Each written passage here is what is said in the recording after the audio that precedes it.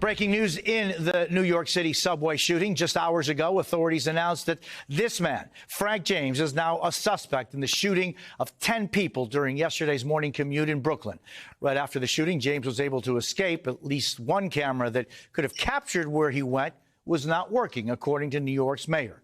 Law enforcement officials found this bag at the scene of the shooting, containing additional smoke canisters and retail fireworks.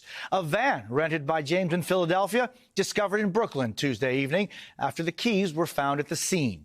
And law enforcement officials are looking into a number of online posts that may be connected to James, where he mentions homelessness, New York, as well as New York City Mayor Eric Adams. Mayor Adams had this to say about the shooting this morning. To come on the system with a gas mask, with a gun, several clips, as well as throwing a smoke bomb. It's clear that he wanted to bring terror to our system, and we're going to bring him to justice and have him prosecuted for his actions. Joining us this morning, NBC News Justice correspondent Pete Williams. Also with us from Brooklyn, NBC News correspondent Vaughn Hilliard, and Jim Kavanaugh, an NBC News terrorism analyst and a retired ATF special agent in charge. Pete, what's the very latest on this investigation? Well, as you noted, the very latest is that he is now named as a suspect, not just a person of interest. And this all relates to the enormous amount of material that he left behind, the police say he left behind on the subway car after the shooting. The bag that you've mentioned, the key to the van, but most significantly, the gun that was used in the shooting. So ATF has been able to determine that that was the gun that was used that fired the shell casings that were recovered in the subway car.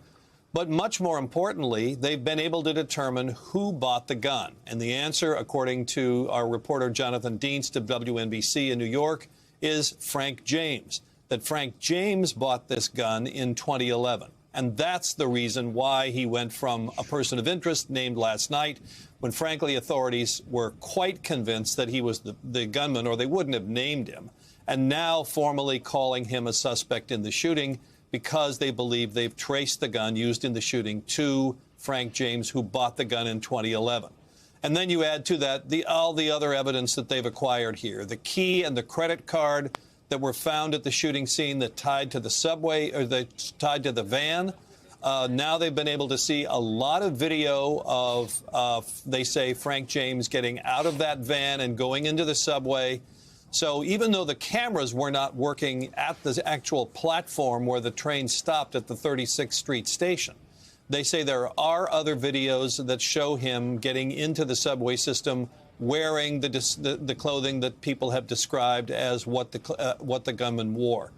So this is an enormous amount of evidence. You know, we were 24 hours ago talking about how they might be lucky to find fingerprints on the shell casings, or they might be lucky to trace the shell casings to the gun. And if it had been used in a previous crime, that would be a breakthrough.